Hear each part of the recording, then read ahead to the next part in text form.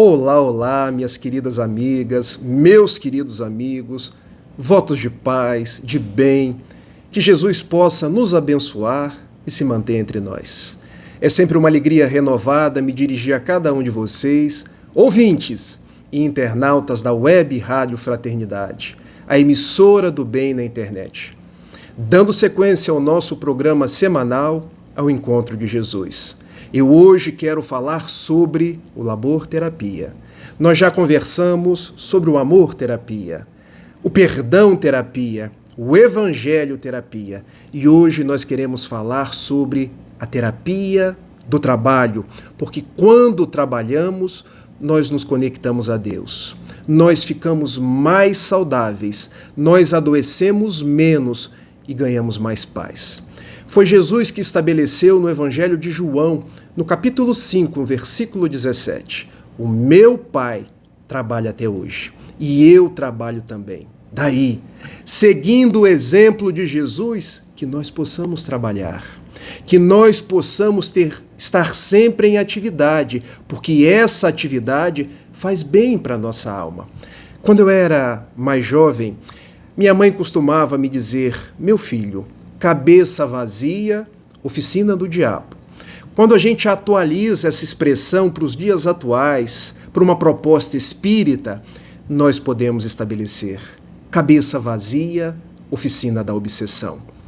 Vamos fazer o que estiver ao nosso alcance para trabalhar, estar a serviço, ocupar as nossas horas. Não vamos nos permitir a hora ociosa, a hora da inutilidade, que são horas em que somos visitados por pensamentos negativos, por entidades que às vezes se felicitam com a nossa preguiça. Pelo contrário, vamos estar sempre a serviço do bem, respeitando, é bem verdade, a hora do descanso, mas não permitindo que a hora do vazio, a hora ociosa, tome conta de nós e acabe nos trazendo malefícios. Quando a gente ouve Leon Tolstói, numa historieta por ele narrada, que um sacerdote, um dia conversando com um mujik, um lavrador russo, ele disse, venha comigo para o templo orar. E o lavrador respondeu, não posso, porque eu estou arando o meu campo. E o sacerdote então lhe propôs, respondeste bem, porque arar é orar. Olha que proposta. Quando nós estamos trabalhando, nós estamos orando.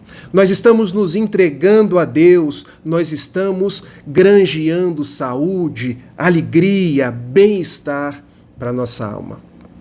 Recordo-me das inúmeras vezes que Divaldo Pereira Franco veio ao Rio de Janeiro, num ciclo de palestras que ele costumava fazer no mês de agosto. Em uma dessas palestras, ele contou uma história da qual eu nunca me esqueci. Narra que uma mulher foi ter com ele e lhe disse, Divaldo, ore pelo meu filho, atenda ao meu filho porque ele tem problemas psiquiátricos. Eu já não sei mais o que fazer com ele. E Divaldo lhe propôs, minha irmã, leve o seu filho ao psiquiatra. Mas Divaldo, o meu filho é louco? Não, minha irmã. Quando nós temos problema nos olhos, nós vamos ao oftalmologista. Quando nós temos problema nos ossos, nós vamos ao ortopedista.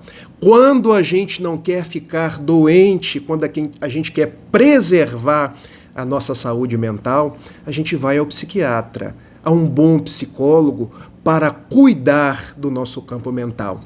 Mas, além disso, traga o seu filho para trabalhar na nossa casa espírita. Há diversas atividades que estão dentro das possibilidades dele. E por que o trabalho? Perguntou aquela mãe. Porque quando nós trabalhamos, nós suamos. As entidades obsessoras vão perdendo o contato conosco e a gente vai nos conectando com os benfeitores espirituais. E é neste momento de conexão que eles vão nos atendendo, ministrando as energias salutares, vão nos trazendo a recomposição através do passe espiritual. Então, minha irmã, o médico do mundo e o trabalho. Daí nós entendemos por que o trabalho realizado no bem é uma grande terapêutica para as nossas vidas, para as nossas almas. Daí nós entendemos porque o grande lema da doutrina espírita é: fora da caridade não há salvação. Porque quando a gente vai ao encontro do necessitado, porque quando a gente se propõe a fazer uma sopa, a dar uma cesta básica, a ouvir alguém, até mesmo a falar de Jesus, como eu estou falando aqui agora, é um tempo em que a gente está conectado com o alto, sem aquela brecha mental para as ideias invasivas, para aquela influência que o benfeitor Camilo, que é o guia espiritual de José Raul Teixeira, chama de influência paralisante. Meus amigos, vamos servir no bem. Não há ninguém tão pobre que não tenha nada para dar, nem ninguém tão rico que não tenha nada para receber. Pensemos nisso e possamos doar a cada dia a nossa melhor oportunidade, o nosso melhor tempo, entendendo que, e agora me valho aqui de uma citação do benfeitor Emmanuel, através do seu médium Francisco Cândido Xavier: todos evoluímos pela desidratação. Uns evoluem com as lágrimas, outros evoluem com o suor. Notaram? Evoluir com as lágrimas é quando o sofrimento nos visita e a gente chora. Está evoluindo. Está ressignificando os propósitos. Mas nós podemos evoluir pela desidratação. Propunha Emmanuel, trabalhando, suando, fazendo o que estiver ao nosso alcance em prol do nosso próximo. Por isso Chico reunia inúmeras pessoas debaixo de um abacateiro e doava cestas, doava o seu tempo, às vezes recebia um relógio e para a próxima pessoa ele dava o relógio. Vá vendo o relógio e compre mantimentos para você. Por isso a gente entende por que Divaldo Pereira Franco atende hoje na Mansão do Caminho 5.000 pessoas. O número está correto. São 5.000 pessoas beneficiárias por dia. Daí a gente entende porque as pessoas que têm mais paz são aquelas que mais trabalham. As pessoas que têm a mais saúde são aquelas que têm menos tempo para pensar coisas ruins. Eu não estou aqui dizendo que a gente não precisa ter o tempo de descansar, porque as coisas devem se harmonizar. A gente trabalha, a gente descansa. O que nós não podemos permitir é a hora vazia. É a hora da ociosidade. Aquela hora em que não temos nada que fazer, que usualmente aquelas mentes desencarnadas vêm até nós nos sugerindo ideias, coisas tristes, pensamentos ruins, e a gente cai numa depressão, numa angústia, numa monoideia que se transforma depois numa obsessão instalada, o que poderia, numa fase mais amena, ser combatido com o trabalho. Pensemos nisso. Pensemos no Dr. Viktor Frankl, um grande psicólogo e também psiquiatra judeu. Ele nasceu em Viena, onde também desencarnou. Nasceu em 1905, desencarnou em 1997. Mas a sua vida nos traz algo de bastante peculiar, porque ele foi preso pelas tropas de Hitler na Segunda Grande Guerra Mundial. Ele, a esposa com o filho na barriga, o seu pai e a sua mãe. Passou por 4 campos de concentração. O campo de Terezin ou Theresienstadt, o campo de Auschwitz, o campo de Kaufering e o campo de Turkheim. E o Dr. Viktor Frankl sabia que Arbeit macht frei, que era a frase que existia defronte aos campos de concentração, que quer dizer o trabalho edifica, era um engodo, porque os nazistas levavam ali para matar as pessoas.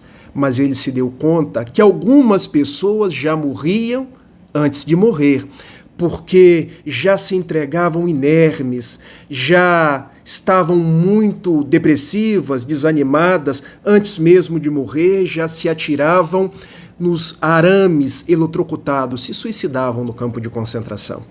E o Dr. Viktor Frankl: cada dia que eu estiver aqui dentro, eu vou trabalhar no bem. Eu sou médico e mesmo em condições precárias, eu vou servir aos meus irmãos, que têm febre, que têm fome. Às vezes ele recebia um pão com um copo de água ou uma linguiça muito comum entre os alemães, ele repartia, mas contava histórias. Aferia a pressão, ia ao encontro daqueles que não tinham uma roupa, estava ao lado de homens esquálidos, trabalhou todos os seus dias, porque ele sabia que o trabalho o manteria vivo e que a sua vida tinha um sentido. Terminada a Segunda Grande Guerra Mundial em 1945, ele saiu. Quando as tropas de Eisenhower, um general alemão, tomou o campo de concentração onde ele estava, por final, Torkheim, que era anexo ao campo de Dachau. E ele foi para os Estados Unidos e cunhou uma abordagem da psicologia chamada logoterapia, que significa a busca de sentido. A nossa vida precisa ter um sentido. Estabeleceu o Dr. Viktor Frankl que quando nós conseguimos dar um sentido para a nossa vida, as coisas tornam-se mais suaves. Nós ganhamos força, sustentáculo, entusiasmo para seguir em frente. E dispunha o Dr. Viktor Frankl que uma coisa em especial costuma dar sentido à nossa vida: trabalhar. Arranjar uma ocupação útil, dar um colorido, um norte à nossa existência, porque os dias podem ser difíceis, dias de doença, dias de catástrofes sociais as mais diversas, mas quando nós temos um trabalho, uma esperança, algo que nos mantém vivos e rígidos, nós seguimos em frente. Escorremos-nos então na psicologia do Dr. Viktor Frankl, que em verdade é a psicologia do próprio Cristo. Meu pai trabalha até hoje. E eu trabalho também. Viktor Frankl sobreviveu ao campo de concentração.